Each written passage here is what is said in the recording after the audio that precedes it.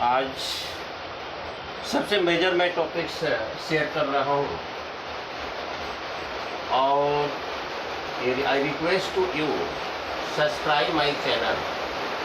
कहने का अर्थ है कि चैनल की सदस्यता जरूर प्राप्त करें। बेसिक जानकारी के लिए मैथ, फिजिक्स, केमिस्ट्री, संस्कृत। आज का हमारा टॉपिक्स है कोई ऑब्जेक्ट पानी में पेंदी में जाकर बैठ जाता है, कोई डूबकर तैरता है और कोई अंशतः डूबकर तैरता है, कोई सीधे तलहटी में बैठ जाता है, कोई पानी में डूबकर तैरता है और कोई अंशतः डूबकर या अंशतः डूबकर तैर रहा है। ये पूर्णतः डूबकर तैर रहा है, ये पेंदी में बैठ गया। तो हम समझाने के लिए एक सिंबल बनाए हैं। Weight of the object W1 माने हैं और बायोएंट फोर्स अपवार्ड फोर्स, अब थ्रस्ट फोर्स ऊपर की तरफ लगने वाला बल।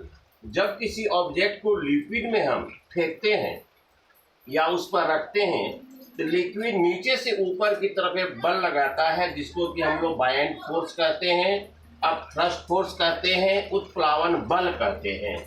तो डियर स्टूडेंट्स, यह देखा जाए कि यह देख रहे हैं कि वस्तु का जो वेट है वह बायोएंट फोर्स से ज़्यादा है। वस्तु का जो भार है उत्प्लावन बल से ज़्यादा है। उत्प्लावन बल से ज़्यादा होने के कारण वह सीधे जाकर वह पानी के, समुद्र के, नदी के पेंदी में बैठ जाता है। इसको देखिए, इसमें W का ऑब्जेक्ट का जो वेट है उत्प्लावन बल अब थ्रस्ट फोर्स बायोएंट फोर्स के बराबर है, जिसके कारण यह ऑब्जेक्ट पानी में डूब कर तैरता है। अब इस कंडीशन को देखिए, अब थ्रस्ट फोर्स जो है, उत्प्लावन जो बल है, ऊपर की तरफ जो लगने वाला बल है बहुत ज़्यादा है वस्तु के ऑब्जेक्ट से, बहुत ज़्यादा है वस्तु के ऑब्जेक्ट से, जिसके कारण यह अंशतः डूबकर तैरता है। यह अंशतः डूबकर तैरता है। तो कंडीशन है कि आखिर कोई ऑब्जेक्ट पानी में क्यों डूब जाता है, कोई डूबकर क्यों तैरता है, कोई पेंदी में क्यों बैठ जाता है, कुछ अंशतः डूबकर तैरता है। तो W is greater than W2, उस परिस्थिति में यह पेंदी में बैठ जाएगा। हम ऑब्जेक्ट के वेट के लिए W1 माने हैं, बायोएंट फोर्स के लिए W2 माने। अगर दोनों बराबर है तो उस परिस्थिति में वह डूबकर तैरेगा। अगर बायोएंट फोर्स ऑब्जेक्ट के वेट से ज़्यादा अगर रहेगा तो अंशतः डूबकर तैरेगा। ये तो पहला कंडीशन हुआ। अब आप नाम सुने होंगे डेंसिटी। डेंसिटी बराबर मास बटा वॉल्यूम, इसको कहते हैं किलोग्राम पर क्यूबिक मीटर, इसका SI यूनिट होता है। अगर ऑब्जेक्ट का डेंसिटी पानी के डेंसिटी से अधिक है तो सीधे वह पेंदी में बैठ जाएगा। आप एक ईंट को या एक आयरन के टुकड़ा को पानी में रखिए, सीधे डूब जाएगा। 5 किलो का बटखरा हो या कोई वेट है उसको रखिए, एल्युमिनियम के टुकड़ा को ही रखिए, वो पानी में डूब जाएगा। लेकिन उसको पीट कर हैमरिंग करके कटोरा या नाव की आकृति को ढाल दिया जाए तो वह नहीं डूबेगा।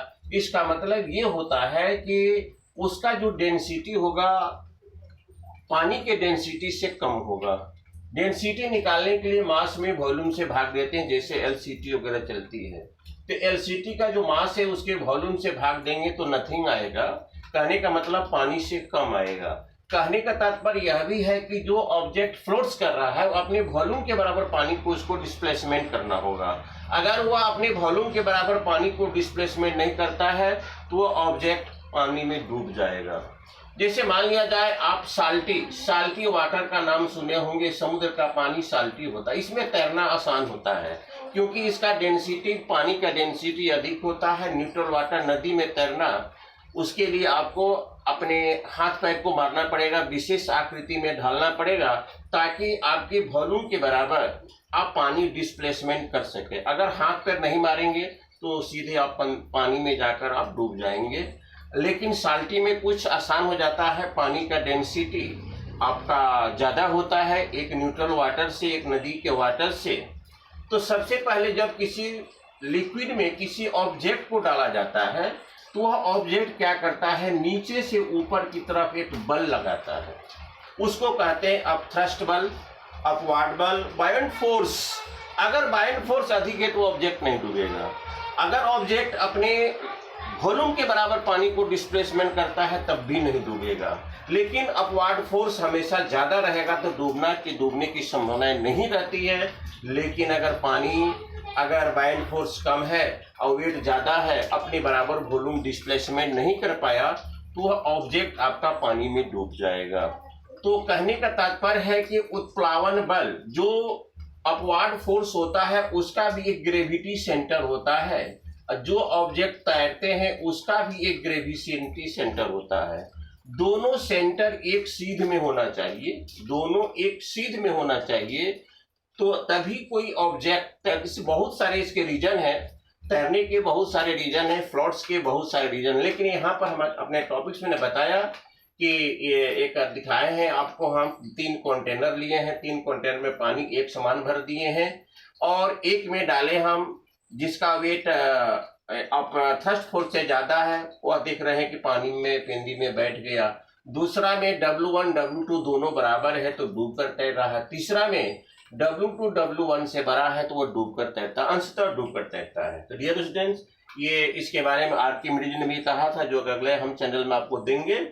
तो मैं आशा करता हूं कि आप लोग मुझे अप्रत्यक्ष रूप से प्रोत्साहित करते रहेंगे और आपके हम दरवाजे तक जिस विषय का मैं स्पेशलिस्ट हूं उस विषय का कॉन्सेप्ट हमेशा पहुंचाते रहूंगा। Thank you very much.